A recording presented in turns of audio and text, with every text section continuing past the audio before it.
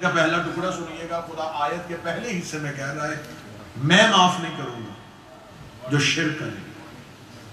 پھر کہا وَيَغْفِرُ مَا دُونَ ذَلِكَ لِمَن يَشَاءُ. لیکن پھر اس کے بعد بخشش ہو سکتی ہے، لیکن پھر فیصلہ میں نے نہیں کرنا، پھر فیصلہ میری مشیت کرے گی. اس کا مطلب ہے کہ ہم تک آج تک یہی پیغام پہنچا تھا کہ حرف آخر فیصلے کا ایک ایسی دہلیز دکھا رہا ہے، فیصلہ میں کروں گا، رحم کی اپیل کہیں اور سنی جائے. رحمت فرمائیے، فیصلہ میرا ہوگا لیکن رحم کی اپیل کہیں اور سنی جائے گی. آواز قدرت آئی، میں تو نہیں بخشوں گا، لیکن ہاں اگر میری مشیت نے چاہا. میرے مالک تو کہتا ہے کہ تو ہی سزا دیتا ہے، تو ہی جزا دیتا ہے. پھر یہاں یہ کہنا چاہیے تھا کہ ہاں ہو سکتا ہے میں بخش دوں یا پھر میں نہ بخشوں، لیکن تو نے کہا کہ میں تو نہیں بخشوں گا. ان اللہ لا یغفر، بے شک اللہ نہیں بخشے گا. لیکن دوسرے حصے میں کہا کہ اگر میری مشیت نے چاہا، اس کا مطلب کہ اللہ اور ہے، مشیت اور ہے. مشیت اللہ نہیں، مشیت اللہ کے علاوہ کوئی چیز ہے. چلے تمہیدی گفتگو، اور میں پہلے ہی زینے پہ، پہلے ہی مرحلے پہ ان تمام اذہان کو اپنے ساتھ لے کے چلنا چاہتا ہوں. میرے مالک تو ہمیں بتا سکتا ہے کہ وہ کیسے فیصلے ہوتے ہیں جو تو کرتا ہے لیکن مشیت بدل دیتی ہے. تیرا فیصلہ اور ہوتا ہے، مشیت فیصلہ اور کر دیتی ہے.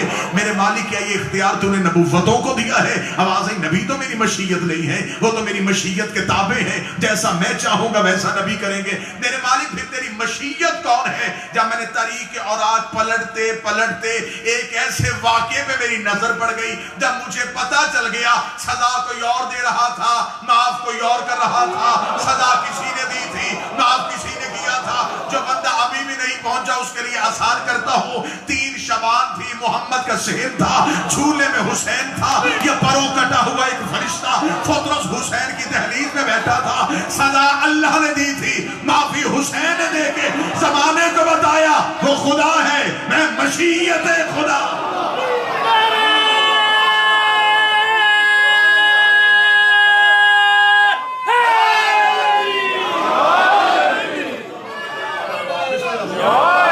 اس کا مطلب اللہ اور مشیت اور.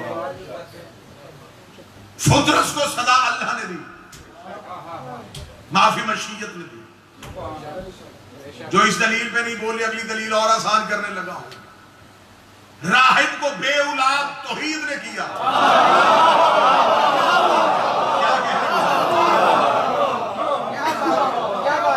حسین نے اپنے مشیت کے اختیار کو استعمال کیا. اس کا مطلب ہے کہ خدا پھر اس آیت میں کہہ رہا ہے میں شرک معاف نہیں کروں گا. لیکن اگر کسی کو اس 2 واقعات سے نتیجہ حاصل نہیں ہو رہا، وہ کہے یہ واقعات تھے، یہ تو ہم نے پہلے بھی سنے ہوئے تھے، تو پھر کتابیں چاہو گے میں منبر پہ ڈھیر کرنے کے لیے تیار. معصوم نے سینے پہ ہاتھ رکھ کے کہا نحن مشیت اللہ، اللہ کی مشیت ہم 14.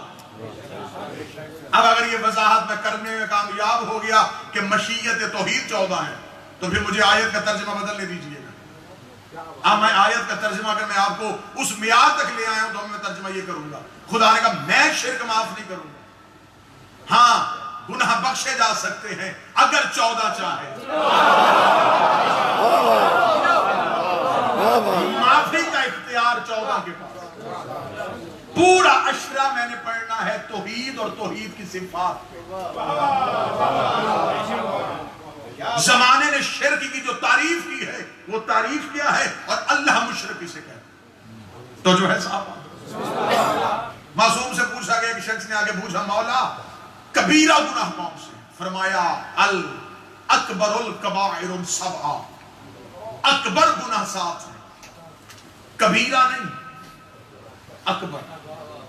اکبر کبیرہ سے بھی بڑا ہو.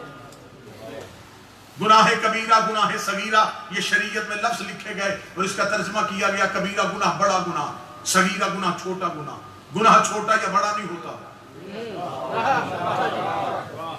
اب میں معصوم کا ترجمہ پڑھتا ہوں. یہاں پہ معصوم سے پوچھا گیا مولا کبیرہ گناہ کون سا ہے اور صغیرہ گناہ کون سا ہے؟ اور تعریف اور جملہ خود بتائے گا، یہ معصوم کی زبان سے لکھی گئی. جو سامنے بیٹھے ہو یہ تھوڑی سی احمد فرمائے گا، پڑھوانا آپ نے ہے، سننا پیچھے والوں نے، بس فرنٹ اچھا ہونا چاہیے۔ دین کے ساتھ بھی یہی پرابلم تھی،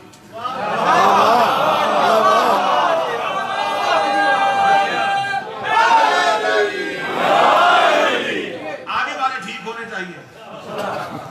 کبیرہ گناہ کون سے اور صغیرہ گناہ کون سے؟ لے میں معصوم کی زبان سے شجاع بھائی صرف لفظ پڑھوں گا، ترجمہ پڑھوں گا میں صرف، اور آپ کو حوالہ پوچھنے کی ضرورت ہی نہیں پڑے گی، جملہ اتنا وزنی ہے وہ خود بتائے گا کہ یہ وارث قرآن کی زبان سے لکھا۔ معصوم سے پوچھا کہ مولا کبیرہ گناہ کون سے ہیں، صغیرہ کون سے ہیں؟ فرمایا جس گناہ کے کرنے کے بعد اس گناہ کی ضد باقی رہے وہ کبیرہ ہوتا ہے، اور جس گناہ کے کرنے کے بعد شرمندگی باقی رہے وہ صغیرہ ہوتا ہے۔ جہاں گناہ کرنے کے بعد پھر ضد ہو کے پھر یہ ہو وہ صغیرہ بھی کبیرہ ہے، اور جہاں گناہ کرنے کے بعد ندامت محسوس ہو وہ کبیرہ بھی صغیرہ ہے۔ اب معصوم نے کہا کہ میں کبیرہ نہیں، معصوم نے فرمایا الکبائر، جو اکبر گناہ ہے وہ 7۔ پوچھا گیا مولا وہ کون سے ہیں؟ فرمایا ان الشرک، پہلا گناہ شرک، یہ اکبر گناہ ہے، اللہ کے ساتھ کسی کو شریک قرار دینا، یہ گناہ اکبر ہے۔ مولا دوسرا گناہ فرمایا وَقُتْلَ النَّفْسِ الَّتِي حَرَمَ اللَّهُ، ایسے محترم نفس کو قتل کرنا جو اللہ کے نزدیک عزت والا، یہ بھی گناہ اکبر ہے۔ مولا فرمایا تیسرا گناہ عقوق الوالدین، والدین کے حق کو غصب کر دینا، یہ بھی گناہ اکبر ہے۔ اوکل مال الیتوم، یتیم کا مال کھا لینا، یہ بھی گناہ اکبر ہے۔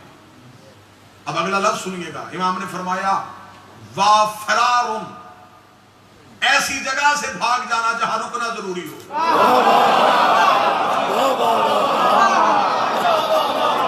معصوم کا فرمان مولوی کی کتاب نہیں، مولا کا فرمان۔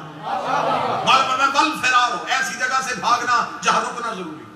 وَإِنْكَارٌ حَقٌّ أَهْلِ بَيْتِ، اور اہل بیت کے حق کا انکار کرنا، یہ بھی گناہ اکبر ہے۔ وَقُذِفَ الْمُحْسِنَاتِ، عزت دار خاتون کو جھوٹا کہنا،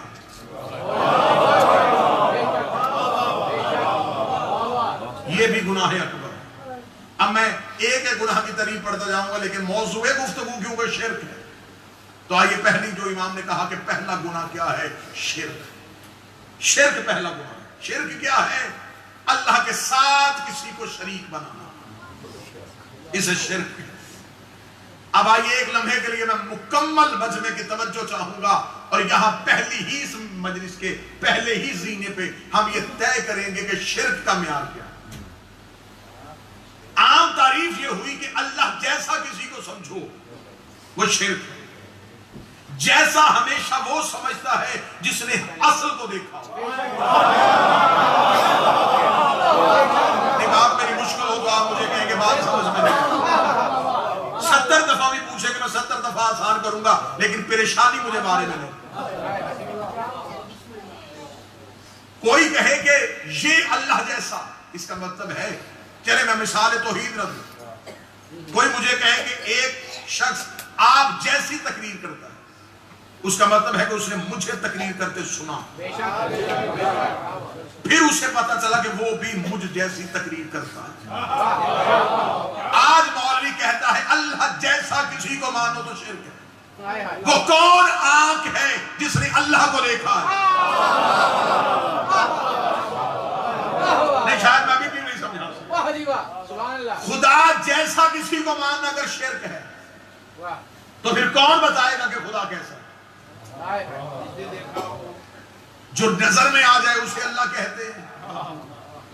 معصوم سے پوچھا گیا، مولا نے فرمایا دنیا نے خدا کی تعریف اپنی مرضی سے کی، انہوں نے خدا ذات سے نہیں پہچانا، صفات سے پہچانا۔ اللہ ان کے سامنے آیا، کوئی نہیں، صفتوں ان کی ظاہر ہوئی، انہوں نے صفتوں سے پہچان لیا، انہیں پتہ چل گیا جو ہوائیں چلائے اسے اللہ کہتے ہیں، جو بارش برسائے اسے اللہ کہتے ہیں، جو شجر اگائے اسے اللہ کہتے ہیں، جو سمندر بہائے اسے اللہ کہتے ہیں۔ مجمع خاموش رہے گا، مجھے دکھ ہوگا۔ علی نے فرمایا جن کاموں سے یہ بندے اللہ کو پہچانتے ہیں یہ کام اللہ نہیں کرتا، ان کاموں کے لیے اللہ نے فرشتے مقرر کیے ہوئے ہیں۔ ہوا فرشتہ چلاتا ہے، موت فرشتہ دیتا ہے، پانی فرشتہ جلاتا ہے، بارش فرشتہ برساتا ہے، اور جو فرشتے یہ کام کرتے ہیں وہ ہمارے دروازے پہ کبھی درزی بن کے آتے ہیں، کبھی فقیر بن کے آتے ہیں، کبھی یتیم بن کے آتے ہیں۔ لوگوں نے سمجھا اچھا تو پھر علی اپنے آپ کو خدا کہلوانا چاہتا ہے۔ علی نے سر سجدے میں رکھ کے کہا ہم اللہ بننے نہیں آئے، اللہ بنوانے آئے۔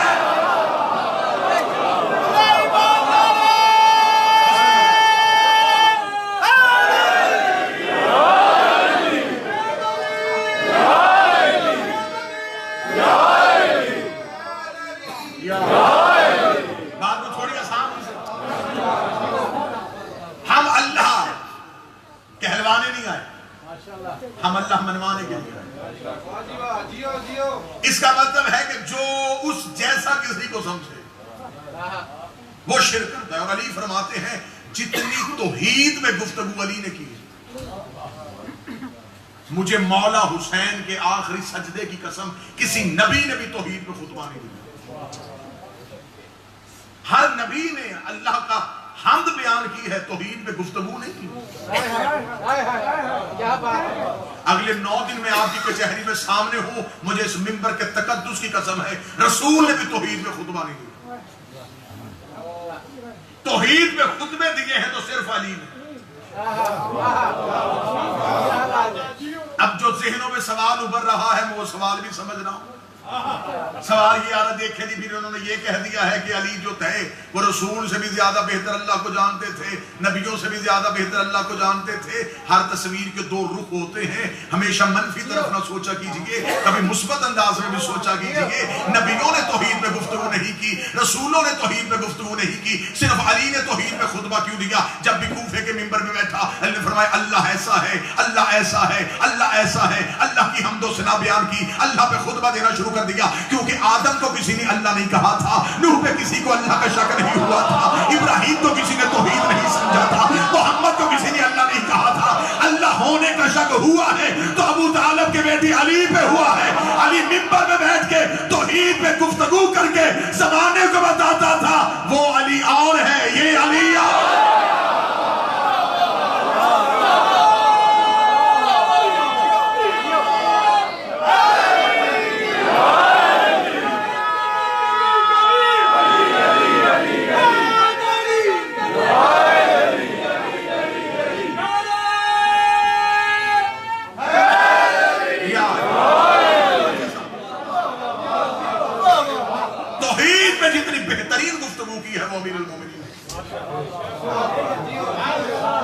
انتہائی مشکل موضوع اور انتہائی آسان انداز سے میں آپ کے سامنے شرک کیا ہے، اللہ کسے کہتے ہیں؟ اختیاری میں اس شیعہ کو شیعہ ہی نہیں سمجھتا جو علی کو اللہ سمجھے۔ ہم علی کو اللہ کہہ کے علی کے فضائل کی حد نہیں باندھ سکتے۔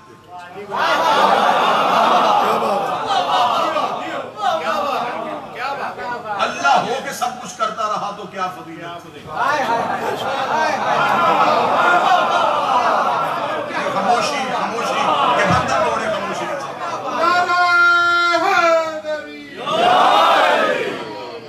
میں نے کل بھی آپ سے گزارش کی تھی کہ مجلس امام حسین میں بولنا خطیب کو داد نہیں ہوتی، اس موقف کی گواہی ہوتی کہ جو کہا جا رہا ہے میرا عقیدہ بھی یہ، اور جو کاندھے میں بیٹھا فرشتہ ہے وہ لکھ لیتا ہے کہ اس نے گواہی دی ہے کہ یہ حق ہے۔ لہذا امارت کو ایک لمحے کے لیے سائیڈ پر رکھ کے اپنے آپ کے اندر کے بہت بڑے انسان کا تکبر غرور ایک دفعہ اتار کے ذکر آل محمد میں موقف ولایت امیر المومنین پہ آپ بولا کیجئے۔ فائدہ یہ ہوگا یہاں ذکر میں آپ بولیں گے، پھر قبر میں جا کے تم چپ رہنا، تمہاری جگہ پھر علی بولیں۔